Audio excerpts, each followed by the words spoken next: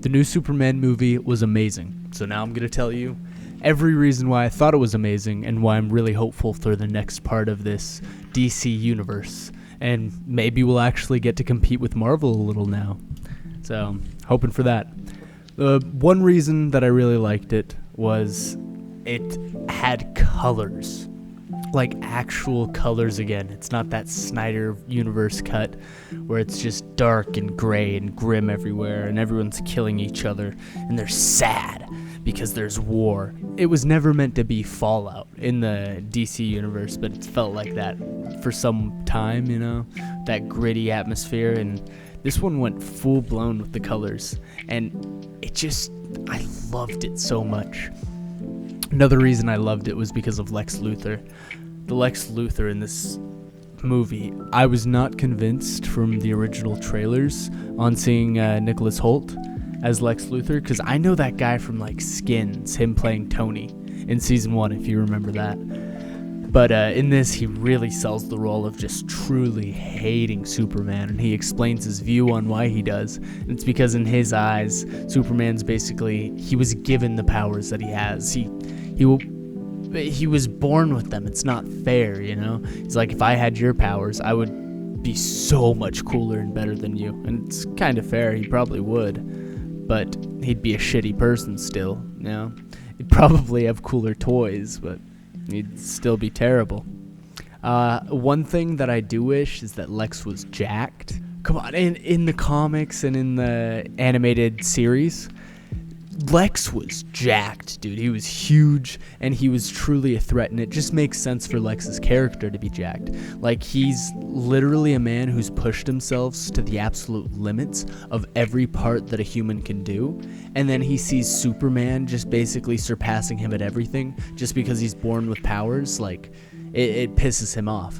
And I've always seen Lex as just hulking. He's a huge dude. He's strong. He's built. He trains hard. He studies hard. And that's what he does all day long. And for some reason, he tries to kill Superman at every turn possible just because he hates the guy.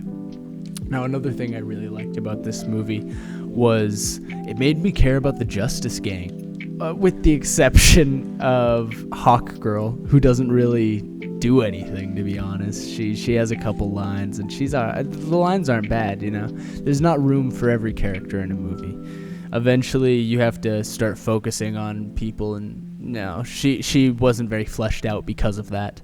Same with Guy Gardner. He's just kind of a douche, but helpful when you need him to be. So, he wasn't really fleshed out there either. But Mr. Fantastic, even though we don't really learn anything about him as a person throughout this, it's just he's very direct in the plot. He's always doing something, and it really makes you just care about the guy because of how hard he's trying to save Superman. You start like getting empathetic towards him. You're like, okay, dude, you know, like if you're this willing to save a symbol of hope, then I'm on your side, man. And I didn't expect to like Mr. Terrific, I believe it was. Mr. Terrific, not Mr. Fantastic. So he's just so obviously a Mr. Fantastic clone. Like, they're like the same guy, you know? Another thing I loved about this was the Viltrumite Superman backstory, which is basically just where Superman shares the same backstory as Mark Grayson from Invincible, if you've seen that show. And I love when they have this. It's in some comics, it's in TV shows like Smallville, one of my favorites. But every once in a while they'll go with the more kid-friendly version, which is basically like in the DC their animated series for Superman. Superman's parents are basically like, be a symbol of hope, be a good person, like what Clark Kent believed to be the truth for the first half in this movie. But it's never disproven or anything, so sometimes they keep it more kid-friendly. I'm glad they went with the Viltrumite backstory for this, because it's more intriguing for me, you know, that he had to defy his own parents to even become a symbol of hope. And I much prefer that. Speaking of him being a symbol of hope, I also really like that Superman isn't really portrayed as an American hero in this as much. He's more portrayed as an international symbol of justice and hope. This is the perfect word for it. That's what the S on his chest means, And I really prefer this, that it's more international and it's not just like a Captain America type situation anymore, because Superman has delved into that quite a bit, and I just don't prefer it as much. It's whenever characters get too patriotic, it turns me off a little, I'll be honest. I really loved Lois in this as well, and the scene with Lois interviewing Clark and just being a total a-hole, I thought it was great, because it just kind of fit Lois as a character, Like, of course she'd give the hardball question. She's always giving him a tough time, and right now they're in a point in their relationship where he's not really used to that so much, so he's got to adjust to it a little bit. And it's nice seeing that they're genuinely having those growing pains in a relationship, because relationships are tough, It's not going to be so easy even for a Lois and Clark type situation. Also, Clark as a hero was just amazing. And David Cornsweet, I believe his name was, can't remember completely, but he just sold it completely. It was amazing. Like, especially seeing the way that Superman didn't only care about humans, but cared about animals just as much, like squirrels and dogs, and he even wanted to save that huge monster that he was fighting. He didn't think it was right to just kill him, and that's really nice to see from Superman. He's just a big lovable sweetheart, But the exact opposite of big lovable sweetheart will be those automatons, who I just didn't care for in this movie. They are cold and don't really do much, and they just die quick, and then they come back, and I'm like, oh, okay, no, all right, who cares? They didn't develop much of a personality that I cared about, and the only one that really talked was Four, and he had weird character switches from being in the beginning just, I have no emotions, I do not care whether you live or die, I am a robot, to in the end kind of being like, I have a scar, this is a symbol of my character growth. And I just don't believe it at all, because there was no character growth for you, homie. Like, you got your ass beat and then you rebuilt yourself because you're a fucking robot.